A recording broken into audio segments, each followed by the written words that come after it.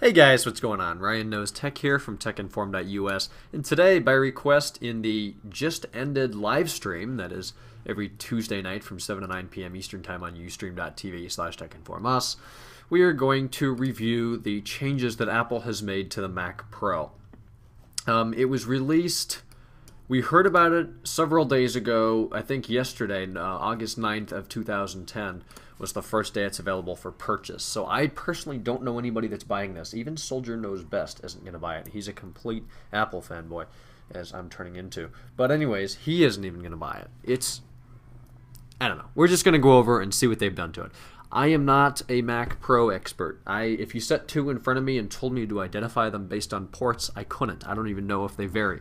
But I think it's an excellent machine. I know a couple people who have the older Mac Pros, including Kasim G for some reason, and we'll look and see what they've done. So the 8-core is now a standard configuration, which is insanely fast. It has two 2.4-inch Intel Xeon Westmere quad cores in it, so you're going to get 8 cores of 2.4 gigahertz, which is insane.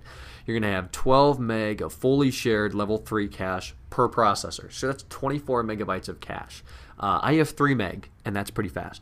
Turbo Boost dynamic performance is going to get you up to 2.66 gigahertz per core, and you have 8 of them in your standard configuration, so that's amazing. Hyper-threading technology, that's going to give you 16 virtual cores, as if 8 is not enough.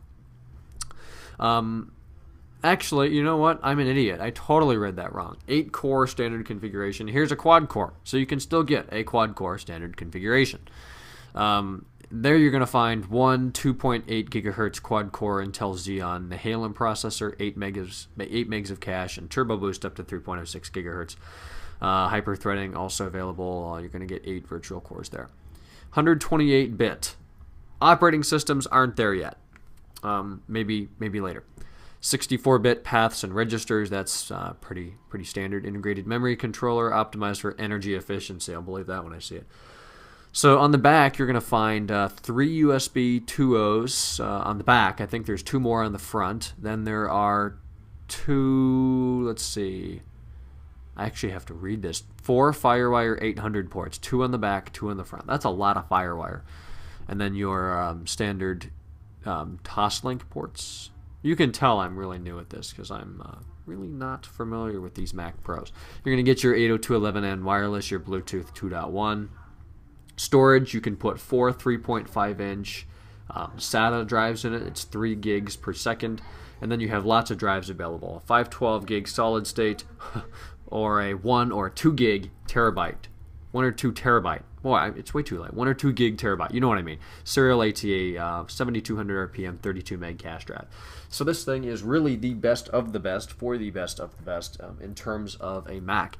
A lot of people ask me, are you going to buy one? Are you going to review it? No, I can't afford it. 1. 2, well, don't want to be able to afford it. 2, I don't need it.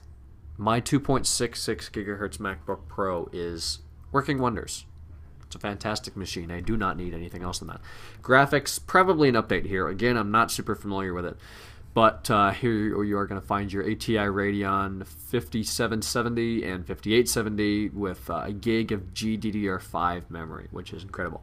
And you're going to get your dual-link DVI on both. So I guess that's kind of cool. Then the 12-core, which is not standard, starts at $5,000. That's a lot of money. But you're going to get two 2.66 gigahertz 6-core Intel Xeon Westmere processors. 6 gigs of memory is standard there. 1 terabyte drive is standard, and then your 5770 graphics with a gig of GDDR5. I might note that the quad core, the base model Mac Pro, the quad core, has 3 gigs of RAM, which is surprisingly less than the baseline 13-inch MacBook Pro. I don't know why. That's the way that's set up. So, kind of weird. I think 4 gig is a bare minimum for OS X. And in a Mac Pro, you should have 8 gig, right? And that's not even standard on the 12 core. So, your lowest end MacBook MacBook Pro, yeah. Your lowest end Mac Pro starts at 2,500, goes all the way up to 5,000. That's going to be your 12 core. I don't honestly think that anybody can use 12 cores right now. I think a quad core can be put to work. An 8 core, very few people could put that to work. But 12 cores, Apple really just wants to say, hey, look, we have a 12 core, you don't. You know, that's pretty much the only reason anybody would buy that. Nobody's going to use that. Even with that much power, your graphics card is, I mean, that's holding it back more than the processor. And that's 6 gig of RAM. That's really holding it back. I have 8 gig, and I can still fill that up. Now, you can update it to 32 gig for $3,500. Yeah, $3,500. You can get 8 gig for $150. That's worth it. And keep in mind that if you buy this, you have no screen. You need to buy a screen with it. And let's look at Apple's wonderful price they offer on their LED cinema display, which I should be able to find. In the meantime, I just did order the Magic Trackpad, so that should be here shortly. It's my next unboxing. Well, I'm probably looking right at it. Yes, I am. There it is. The LED, it's not here yet. It's coming in September. But, see if the prices are up. Yeah, $800. So as if 5,000 plus 150 for some decent RAM. If 5,000 isn't enough, you need to add 800 to that to be able to see anything that you're doing. Unless, of course, you use another cheaper monitor. But why would you want to do that if you're going to shell out 5,000 for the computer itself? Anyways, there it is. The big behemoth BMW Alpina 7 series of Apple.